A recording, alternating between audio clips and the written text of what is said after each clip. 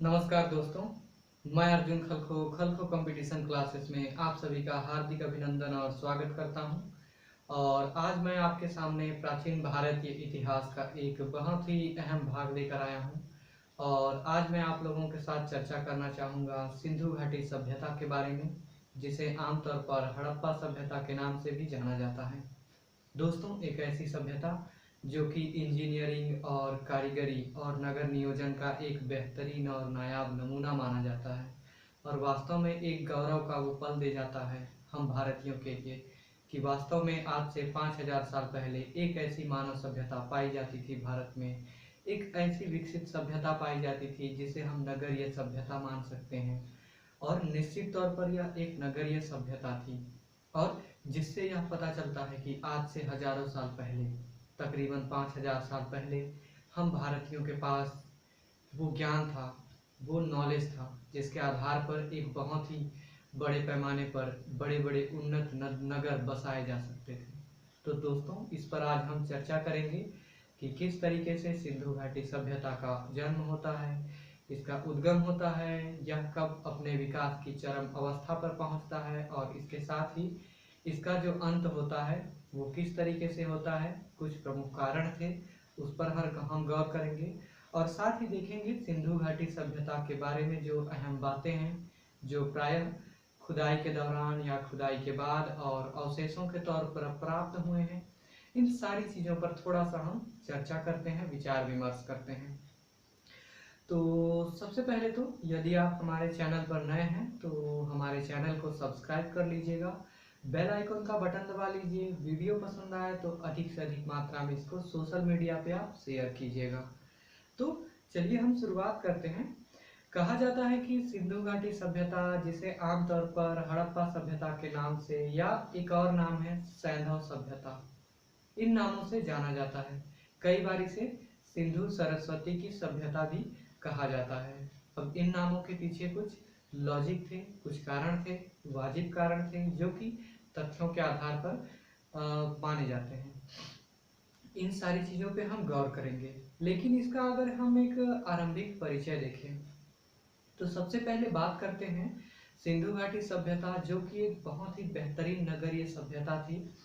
अगर इसका प्रथम प्रमाण हम देखें, प्रथम बार प्रमाण कैसे हमें प्राप्त हुआ, तो कहा जाता है कि पूर्वी पाकिस्तान में पेशावर से लाहौर के बीच में जब रेल मार्ग बिछाने के लिए पटरियों का विस्तार किया जा रहा था, और उस समय पूर्वी पाकिस्तान में विशेष तौर पर जो पूर्वी पंजाब, अभी जो कि पाकिस्तान में है, तो हम देखते हैं पंजाब प्रांत, माफ कीजिएगा ये पश्चिमी पंजाब है, तो पंजाब प्रांत जो वर्तमान पाकिस्तान में है, वहाँ का एक जिला है साहिवाल जिला।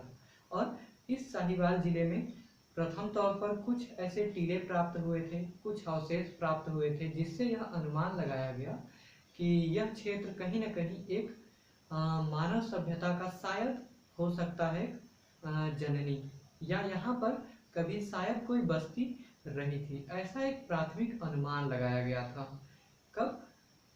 तकरीबन ये बात है, हम मान सकते हैं 1826, 1806। और कहा जाता है सिंधु सभ्यता के बारे में जो प्रथम प्रमाण दिया जाता है वो अंग्रेज विद्वान, पुरातत्ववेता, इतिहासकार चार्ल्स मैनन के द्वारा ये बताया गया था। इसके बाद हम देखते हैं प्रथम बार आरंभिक निरीक्षण किसने किया था। और जनरली कई बार कहा जाता है कि सिंधु घाटी की सभ्यता जो है, इसकी खोज करने का प्रथम श्रेय जो दिया जाता है वो प्रसिद्ध इतिहासकार, पुरातत्व सर्वेक्षणवेत्ता अलेक्जेंडर कनिंघम को दिया जाता है।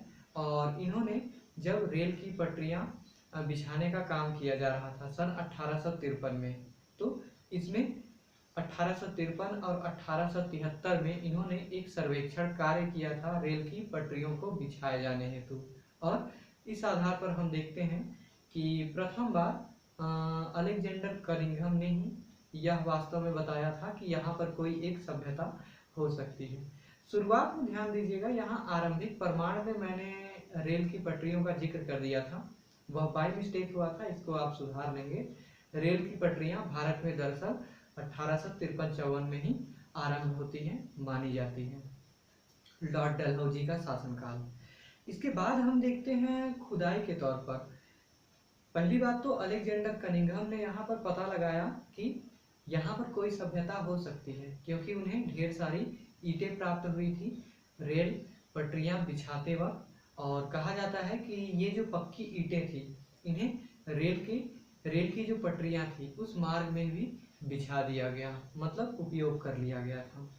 अगर हम बात करें इसके आगे प्रथम खुदाई की, तो कहा जाता है कि जॉन मार्शल को ही वो श्रेय दिया जाता है कि प्रथम बार खुदाई कार्य सिंधु घाटी सभ्यता पर जॉन मार्शल के नेतृत्व में किया गया था।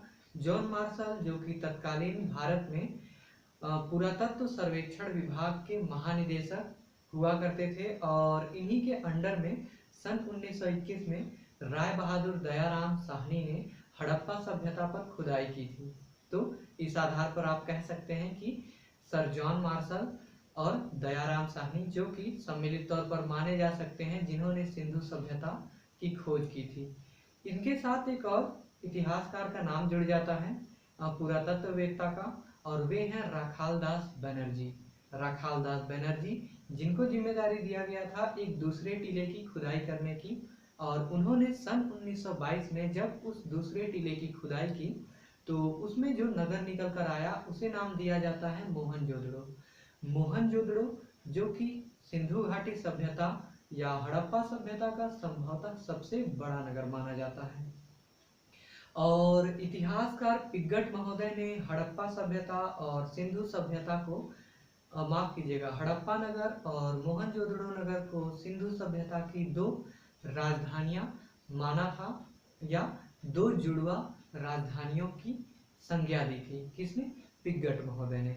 इसके बाद हम क्रमशः थोड़ा सा आगे चलते हैं और बात करते हैं इसके काल अवधि की। तो अलग अलग इतिहासकारों ने इस संदर्भ में अपना अलग अलग वक्तव्य दिया हुआ है, और सभी विद्वानों में परस्पर एकता नहीं पाई जाती है इसके काल अवधि के संदर्भ में, लेकिन फिर भी मोटा माटी एक अनुमान लगाया जाता है। और विशेष तौर पर जब से रेडियो कार्बन 14 विधि या रेडियो डेटिंग 14 विधि, जिसके माध्यम से पुराने अवशेष जीवाश्म आदि का आयु निर्धारित किया जाता है, उनके काल अवधि का आकलन किया जाता है, लगभग एक सटीक जानकारी प्राप्त हो जाती है। उस आधार पर कहा जाता है कि संभवतः सिंधु घाटी सभ्यता का जो काल है वह आज से ईसा पूर्व, मतलब ईसा से लगभग 2400 साल पहले से लेकर 1750 ईसा पूर्व तक, अर्थात लगभग 2400 ईसा पूर्व से 1750 ईसा पूर्व के मध्य इसकी काल अवधि ठहरती है। और कहा जाता है इस दौरान यह सभ्यता अपने चरम अवस्था पर थी, और क्रमशः 1750 आसपास में इस सभ्यता का अंत हो चुका था। और इस आधार पर माना जाता है कि सिंधु घाटी सभ्यता या हड़प्पा सभ्यता एक प्राक ऐतिहासिक काल की सभ्यता मानी जाती है। एक ऐसा काल, प्राक ऐतिहासिक काल, हम उस काल को कहते हैं जिस काल की लिपियां तो हैं, ठीक है, लिपियां हैं किंतु उन्हें पढ़ा नहीं जा सका है, तो कहा जाता है कि प्राक ऐतिहासिक कालीन सभ्यता। और इसे दूसरे तौर पर कहा जाता है कांस्य युगीन सभ्यता या कांसा सभ्यता कहा जाता है। दोस्तों, कांस्य युगीन सभ्यता एक धातु है, और कहा जाता है धातु का आरंभ भारत में विशेष तौर पर सिंधु घाटी सभ्यता से ही आरंभ होता है। आपको पता होना चाहिए कि सर्वप्रथम धातुओं में तांबे की खोज की गई थी और उसके बाद अन्य धातुओं की। तो कहा जाता है तांबा और टीन दोनों मिलाकर एक धातु बनाया जाता है जिसे हम कांसा या ब्रॉन्ज नाम दिया जाता है जिन्हें। तो कहा जाता है कि एक ब्रॉन्ज एज हुआ करता था सिंधु घाटी सभ्यता या कांस्य युग की सभ्यता मानी जाती है। इसका थोड़ा सा हम विस्तार देखते हैं कि विस्तार किन किन क्षेत्रों में था। तो कहा जाता है कि वर्तमान समय तक जितने भी पुरातात्विक स्थल सिंधु घाटी सभ्यता से जो संबंधित थे उनकी खुदाई हुई थी। इस आधार पर यह बहुत ही बड़े क्षेत्रफल पर विस्तृत था। और यदि हम इसका विस्तार देखें तो कहा जाता है कि पश्चिम दिशा से हम शुरू करते हैं। पाकिस्तान में जब आप जाएंगे तो बलूचिस्तान में एक स्थान है सुतका गेंडोर से लेकर पूरब में आप आएंगे तो उत्तर प्रदेश में मेरठ जिला का एक स्थान है आलमगीरपुर। आलमगीरपुर एक शहर जो मिला था सिंधु घाटी सभ्यता में। पश्चिम में बलूचिस्तान के पास सुतका गेंडोर मिला था। उसके अलावा उत्तर दिशा में हम जम्मू कश्मीर में जाते हैं तो यहाँ पर मादा नाम का एक अवशेष मिला, जो नगर मिला सिंधु घाटी सभ्यता का। वहीं दक्षिण में हम आते हैं तो महाराष्ट्र राज्य में दाइमाबाद नाम से एक नगर मिला, जो कि सिंधु घाटी सभ्यता का नगर माना जाता है, खुदाई में प्राप्त हुआ। और इस आधार पर इसका विस्तार आप देखेंगे तो लगभग 600 से 7 किलोमीटर के लंबाई चौड़ाई में बहुत ही बड़े क्षेत्रफल पर विकसित थी ये मानव सभ्यता। बहुत ही उन्नत सभ्यता, कारीगरी का एक नायाब नमूना। चलिए इसके बारे में आगे थोड़ा सा अन्य तथ्यों को देखते हैं। तो मुख्य तौर पर पहली बात तो इसमें जो नाम है हड़प्पा सभ्यता, दूसरा सिंधु घाटी सभ्यता और तीसरा सिंधु सरस्वती की सभ्यता। अर्थात कुछ समय बाद राजस्थान में जहाँ प्राचीन काल में सरस्वती नदी प्रवाहित हुआ करती थी, वहां पर भी इस सभ्यता के ढेर सारे अवशेष मिलने लगे थे। फिर इन्हें नाम दिया गया सिंधु सरस्वती सभ्यता। लेकिन मुख्य तौर पर हम इन्हें हड़प्पा सभ्यता या सिंधु घाटी की सभ्यता ही मानते हैं। ज्यादातर पुस्तकों में यही दो नाम प्रचलित हैं। तो आगे बढ़ते हैं। मुख्य तौर पर कहा जाता है कि यह पूरी तरीके से एक नगरीय सभ्यता थी और एक ऐसी सभ्यता जिसमें मुख्य तौर पर व्यावसायिक गतिविधियों में व्यापार वाणिज्य था। अर्थात कहा जाता है कि यहाँ के लोग ज्यादातर या अधिकांश मात्रा में व्यापार वाणिज्य में संलग्न थे। हालांकि कृषि कार्य और कृषि संबंधी फसलों का भी उल्लेख प्रायः मिलता रहता है। इसके बाद हम आगे बढ़ते हैं तो देखते हैं इस सभ्यता के जनक कौन थे। तो कहा जाता है कि मुख्य तौर पर तमाम प्रमाणों से यह बात स्पष्ट हो जाता है कि इस सभ्यता के जो जनक थे मुख्य तौर पर द्रविड़ियन प्रजाति और भूमध्य सागरीय प्रदेश के जो निवासी थे उन्हें इस सभ्यता का जनक माना जाता है। और एक तरह से आप कह सकते हैं कि आर्यों की सभ्यता से भी कई सौ साल पहले यह सभ्यता विकसित हुई थी, उन्नत हुई थी, चरम अवस्था में थी। यहाँ गौरतलब बात यह है कि आर्यों की जो सभ्यता है वह एक नगरीय सभ्यता ना होकर एक ग्रामीण सभ्यता थी। चलिए आगे बढ़ते हैं। अगर हम इस सभ्यता के प्रमुख केंद्रों की बात करें या क्षेत्रों की बात करें, हमने तो इसका विस्तार देखा था, थोड़ा सा क्षेत्र की बात करें तो कहा जाता है कि ये बलूचिस्तान, पूर्वी पाकिस्तान, अफगानिस्तान और भारत, ये सारे क्षेत्र हैं जहां पर सिंधु घाटी सभ्यता के अवशेष प्राप्त होते हैं। और काफी सारे मत और ये तथ्य जो मिले हैं उसके आधार पर कहा जाता है कि यहाँ की आबादी लगभग 50 लाख के करीब हुआ करती थी। पूरी सिंधु घाटी सभ्यता का जितना विस्तार था उनकी आबादी। और इस आधार पर कहा जाता है कि तत्कालीन समय की यह 10% भाग को कवर करती थी अपने आप में। इसके अलावा हम यहाँ बात करते हैं सिंधु घाटी सभ्यता के साथ ही 3 और इसके समकालीन या इसी कालखंड में विकसित विश्व के अलग अलग भागों में विकसित कुछ अन्य मानव सभ्यताएं भी थी जिनसे सीधा संबंध था सिंधु घाटी सभ्यता का। जिनमें सबसे पहले जिक्र होता है मेसोपोटामिया की सभ्यता, जिसे कई बार सुमेरियन सभ्यता कहा जाता है, जो कि दजला और फरात की नदियों के पास ईरान इराक में विकसित हुआ था। और इसे कई बार दजला फरात की सभ्यता भी कहा जाता है। यह संभवतः विश्व की सबसे प्राचीन सभ्यता, मानव सभ्यता मानी जाती है। और मजे की बात यह है कि कई बार सिंधु घाटी सभ्यता और हड़प्पा मेसोपोटामिया की सभ्यता को परस्पर एक माना जाता है और कई बार एक दूसरे का उपनिवेश कहा जाता है, लेकिन ऐसा नहीं है क्योंकि काल अवधि में थोड़ा सा अंतर है। और हम देखते हैं मेसोपोटामिया का जो विस्तार था वो सीमित था, सिंधु घाटी की सभ्यता का विस्तार बहुत ही ज्यादा था।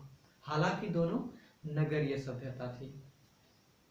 इसके अलावा एक और सभ्यता जो अफ्रीका में नील नदी की घाटी में विकसित हुई थी, बिल्कुल सिंधु घाटी सभ्यता के आसपास ही, और यह एक ग्रामीण सभ्यता थी जिसे हम कहते हैं मिस्र की सभ्यता। हालांकि यह सभ्यता ग्रामीण और नगरीय मिश्रित तौर पर पाई जाती है क्योंकि यहाँ पर जो पिरामिड मिलते हैं इतने उन्नत किस्म के हैं कि हम इसे मान सकते हैं एक नगरीय सभ्यता थी। इसके अलावा एक और सभ्यता जो चीन में ह्वांगहो नदी के किनारे विकसित हुई थी, जिसे हम कहते हैं चीन की सभ्यता। तो इस प्रकार से ये 4 सभ्यताएं, मेसोपोटामिया की सभ्यता, सिंधु घाटी की सभ्यता, मिस्र की सभ्यता और चीन की सभ्यता, ये विश्व की 4 प्राचीनतम मानव सभ्यताएं मानी जाती हैं। चलिए इस पर हम आगे बढ़ते हैं और कुछ अन्य तथ्यों पर भी गौर करने का प्रयास करते हैं। तो बात करते हैं यहाँ के प्रमुख नगरों के बारे में। यहाँ पर से सिंधु घाटी सभ्यता से जब अलग अलग समय में कालखंडों में खुदाई आरंभ हुआ, खुदाई चालू हो गया, तो ढेर सारे नगर प्राप्त हुए। लेकिन फिर भी परिपक्व अवस्था के आधार पर यदि हम देखें तो कुछ ऐसे नगर हैं, मुख्य तौर पर 6-7 नगर, जिन्हें हम मुख्य तौर पर बड़े नगरों की श्रेणी में रखते हैं। इसमें जो सामान्य से नाम हैं हड़प्पा, मोहनजोदड़ो, कालीबंगन, धौलावीरा, गढ़वारीवाला और लोथल, ये सभी, और एक बनवाली, ये सारे नगर जो हैं एक तरह से मान सकते हैं कि ये बड़े नगर थे। इसमें भी विशेष तौर पर हड़प्पा और मोहनजोदड़ो को माना जाता है सिंधु घाटी सभ्यता में प्राप्त 2 विशाल नगर, बहुत ही बड़े नगर।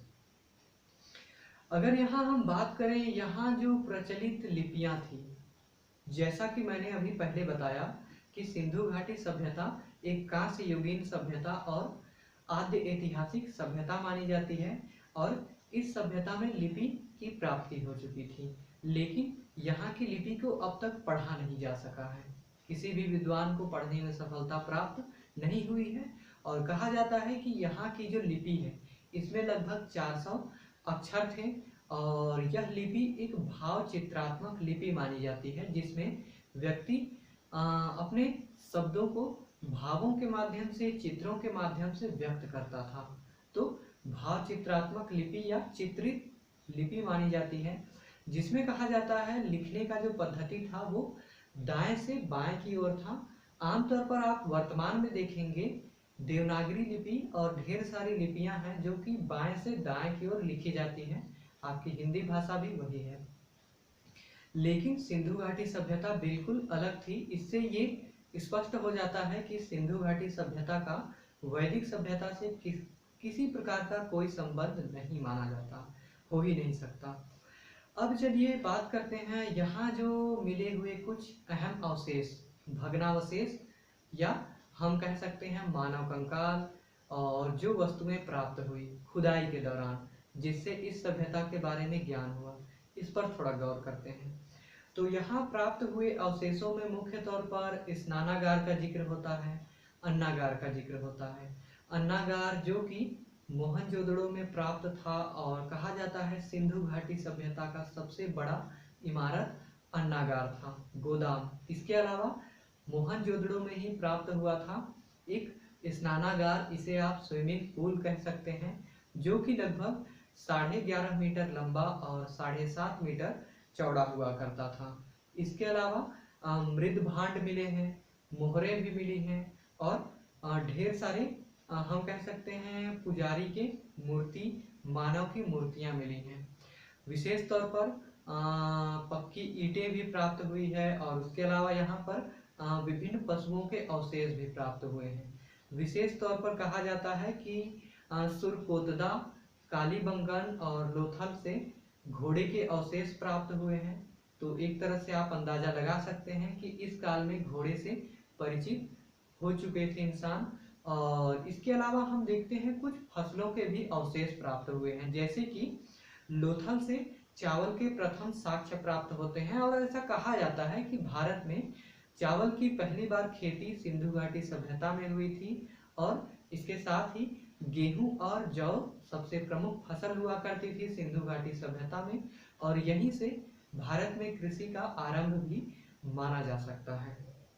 इसके अलावा सिंधु घाटी सभ्यता से जो अन्य अवशेष मिले थे उसमें उल्लेख होता है बहुत सारी मृड मूर्तियां, जो मिट्टी की मूर्तियां थी, विशेष तौर पर जो स्त्रियों की मूर्तियां।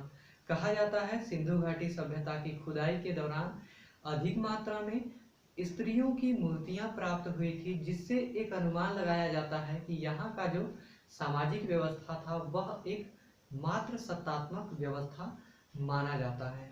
तो यह एक अनुमान लगाया जाता है। इसके अलावा विशेष तौर पर यहाँ से पशुपतिनाथ की मूर्ति प्राप्त हुई है। पशुपतिनाथ की मूर्ति, जिससे यहाँ पर शिव पूजा का भी प्रमाण मिलता है, जिसके चारों तरफ हम कह सकते हैं कि हाथी, भैंसा, चीता आदि जानवर पाए जाते थे, और गैंडा। तो एक तरह से आप कहें कि गैंडा, हाथी, चीता और भैंसे से भी परिचित थे सिंधु घाटी सभ्यता के लोग। इसके अलावा हम बात करते हैं, यहाँ से एक ऐसे चीज की प्राप्ति हुई है जिसे कहा जाता है स्वास्तिक चिन्ह। स्वास्तिक चिन्ह जो बिल्कुल ऐसा ऐसा बना होता है, स्वास्तिक चिन्ह जो कि सूर्य उपासना पद्धति में उपयोग किया जाता है, और कहा जाता है कि स्वास्तिक चिन्ह जो है वो इसी सिंधु घाटी सभ्यता या हड़प्पा सभ्यता की देन है, जो कि हड़प्पा नगर से प्राप्त हुआ था। इसके बाद हम बात करते हैं, तो कहा जाता है कि यहाँ के लोग तलवार से परिचित नहीं थे, क्योंकि अवशेष में के तौर पर यहाँ तलवार नहीं मिले हैं। विशेष तौर पर जो हम देखें यहाँ पर, तो कहा जाता है कि बिल्कुल सांड जैसा दिखने वाला एक पशु जो एक सींग वाला था, यहाँ के लोगों के लिए विशेष पूजनीय माना जाता था, ऐसे प्रमाण प्राप्त होते हैं।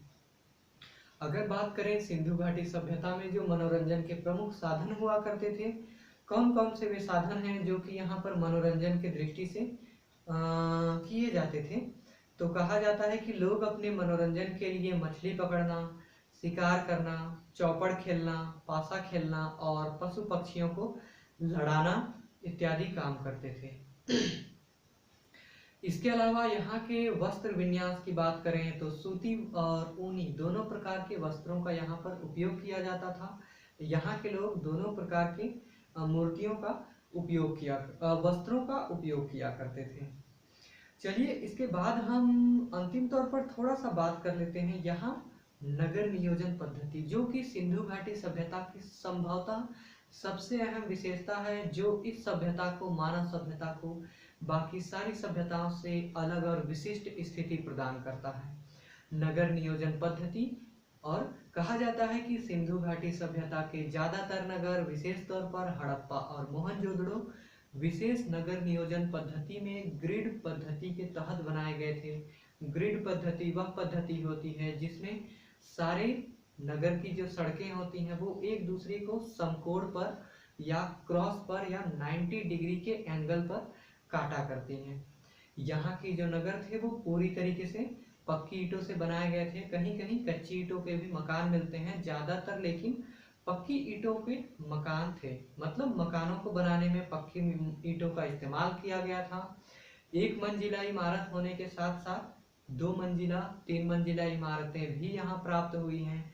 उसके अलावा कहा जाता है यहाँ के नगरों में बड़े बड़े सार्वजनिक भवन थे, सड़कें समकोण थी, पक्के मकान थे, पक्की नालियां थी, सड़कें भी पक्की हुआ करती थी जिस पर ईंटों का इस्तेमाल किया जाता था। इसके अलावा हम देखते हैं यहाँ के मकानों की एक प्रमुख विशेषता है कि यहाँ मकानों के जो द्वार हैं और खिड़कियां हैं वो नगरों की ओर ना खुलकर, माफ कीजिएगा, यहाँ सड़कों की ओर ना खुलकर मकान के पीछे की ओर खुला करते थे। तो यह एक प्रमुख विशेषता मानी जाती है, और इस आधार पर कहा जाता है कि, और हाँ, इसके साथ ही दुर्ग भी बने हुए थे। दुर्ग बने हुए थे, नगर को चारों तरफ से घेरे हुए ऊंचे ऊंचे दीवार भी हुआ करते थे, जो कि यहाँ पूरी तरीके से इस बात के प्रमाण है कि सिंधु घाटी की सभ्यता बहुत ही विकसित, कारीगरी का एक उन्नत और नायाब उदाहरण था। अंत में हम बात कर लेते हैं सिंधु घाटी सभ्यता का विनाश किस प्रकार से हुआ था, कौन कौन से वे प्रमुख कारण थे जिससे इस सभ्यता का विनाश हुआ।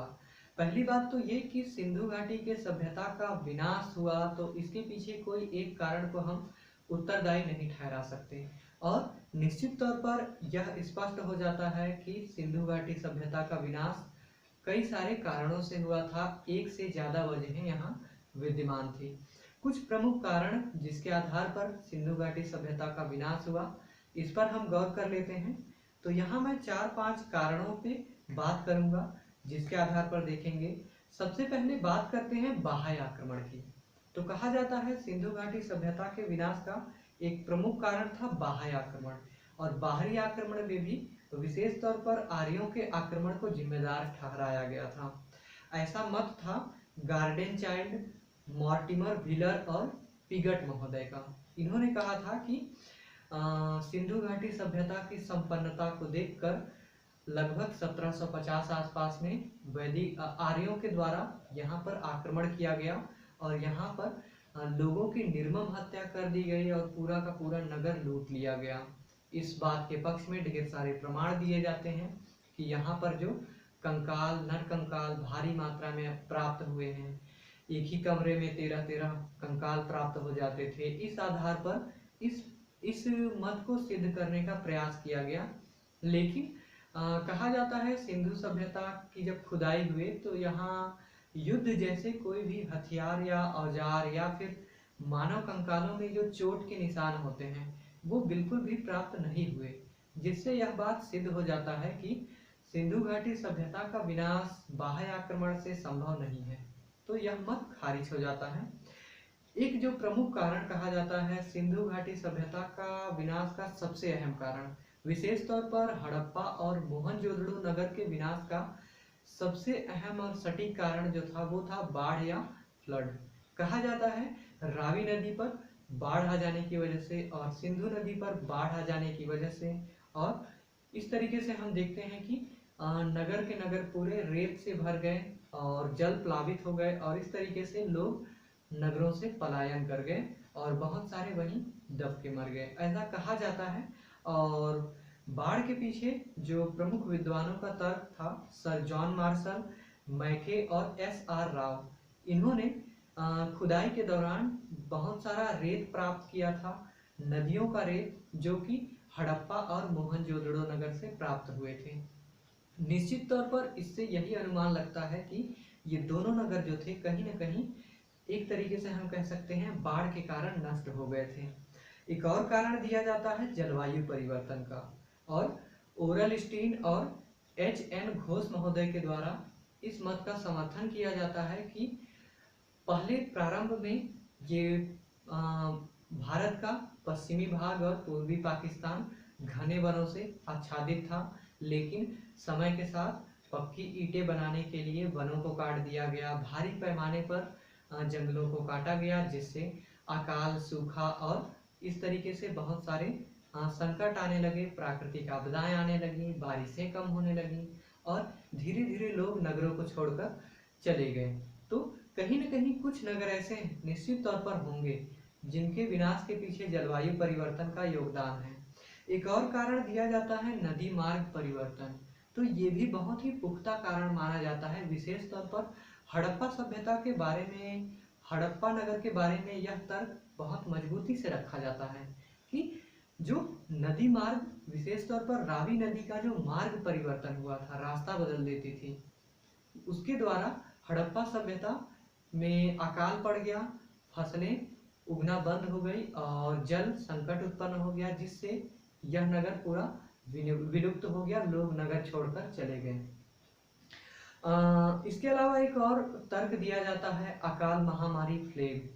तो कहा जाता है कि यहाँ जो खुदाई के दौरान नरकंकाल प्राप्त हुए थे भारी मात्रा में, और एक एक जगह से बहुत सारे नरकंकाल प्राप्त हुए, इससे यह अनुमान लगाया जाता है कि यहाँ के जो नगर थे, कुछ नगर थे निश्चित तौर पर जहाँ पर बीमारियां फैल गई, प्लेग, अकाल आ गया और इससे लोग एकाएक मरने लगे, और जो बच गए थे वो नगर छोड़कर पलायन कर गए।